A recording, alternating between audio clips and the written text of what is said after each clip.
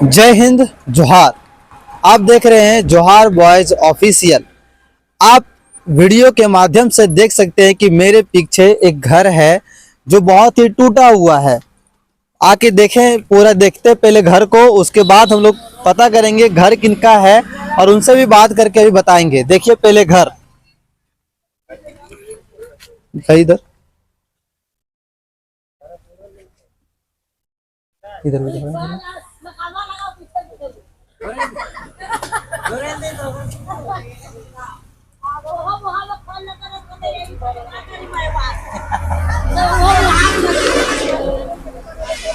अब हम लोग जिनका घर है उनसे पहले बात करेंगे।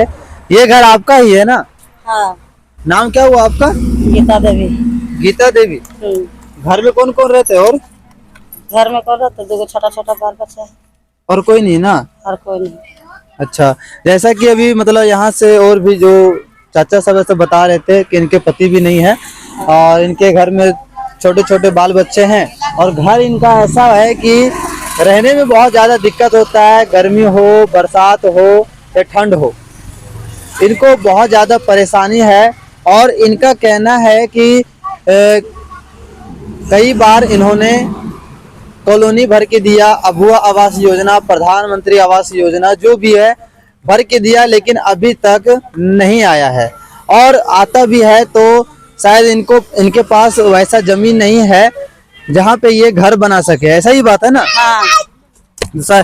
तो यहाँ के जो और भी नेता जो जीतते हैं उनसे कभी कुछ बात किए जाके? हाँ किए थे। तो क्या बोले? कुछ भी नहीं बोल रहा, निकल भी नहीं करता है रूम से अपने।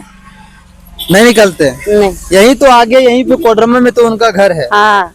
विधायक जी का तो बात मतलब अंदर नहीं जाने मिलता है। नहीं। देख सकते हैं कि एक जो विधायक है, जब चुनाव का टाइम आता है तो घर घर घूम के वोट मांगती है, और जब काम करने की बारी आती है, जब कोई एक वोटर मतदाता उनके घर जाते हैं तो वो घर से बाहर नहीं निकलती है और इनको घर में घुसने नहीं दिया जाता है। किस तरह की व्यवस्था है पूरे कोडरमा क्षेत्र में आप देख सकते हैं। ये घर को आप देख ही लिए कि घर कितना टूटा फूटा हुआ है और पूरा परेशानी होता है ना रहने में। रहने में बहुत परेशानी। डर भी, घर में पानी के बरसात के टाइम में पूरा पानी भर जाता है। घर में डर लगता है सोने में कि बाल बच्चा लेके सो जाएंगे तो क्या कब हो जाएगा पता भी नहीं चलेगा हम लोग को। यहाँ के जो प्रतिनिधि है उनसे यही आग्रह होगा कि आप कम से कम जब वोट मांगने आते हैं तो ये देखें कि ये घर जो है किस तरह से टूटा फूटा हुआ है, इन पर ध्यान दिया जाए। यहाँ की व्यवस्था जो है वो बिल्कुल खराब है। पूरे कोडरमा की व्यवस्था लचर पचर है। सिर्फ उनके जवां पे है, विकास है, लेकिन धरातल पर किसी भी तरह का विकास नहीं है। चाहे वो झारखंड की सरकार हो, चाहे कोडरमा की जो प्रतिनिधि हो, सारे व्यवस्था जो है पूरा का पूरा चौपट है। ये जो व्यवस्था है आप यहाँ पे देख ही सकते हैं कि किस तरह से पूरा घर है। और मैं बस आप लोगों से जो भी जनप्रतिनिधि हैं यहाँ के, और जो लोकाय, ये जो क्षेत्र है ये लोकाय में पड़ता है, लोकाय के जो जनप्रतिनिधि है, मुखिया है या फिर पंचायत समिति सदस्य हैं, वार्ड सदस्य हैं, उनसे भी आग्रह है कि कम से कम इनके घर को अच्छे तरीके से बनवाया जाए।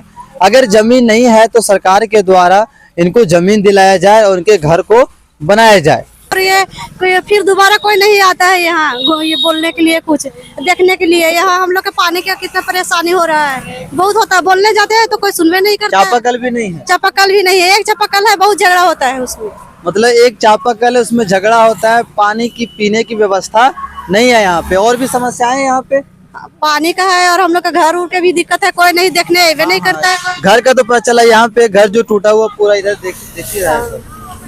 और समस्याएं इतना ही है, इतना ही तो हल होवे नहीं कर रहा था, आगे क्या बतावे। अच्छा, जब यहाँ पे कोई वोट मांगने आता है उनको बोलते हैं? सब बोलते हैं और जाते हैं तो बोलते हैं कि बाहर बैठो, बाहर बैठो। अभी जब उनके दरवाजे पर भी जाते हैं तो बोलते हैं कि अभी बाहर रहो। तो हम लोग क्या करें, हम लोग का कोई वैल्यू, घर भी नहीं घुसने दिया जाता है। हाँ, हम लोग को कोई वैल्यू है ये नहीं है। तो यहाँ कोई आया अभी वोट मांगने?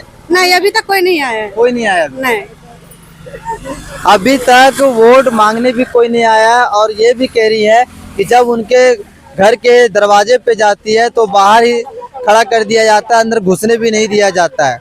वोट मांगने के टाइम में आगे रहती हैं और काम करने में हमेशा पीछे रहती हैं, चाहे कोई भी जनप्रतिनिधि हो, किसी भी पार्टी की प्रतिनिधि हो।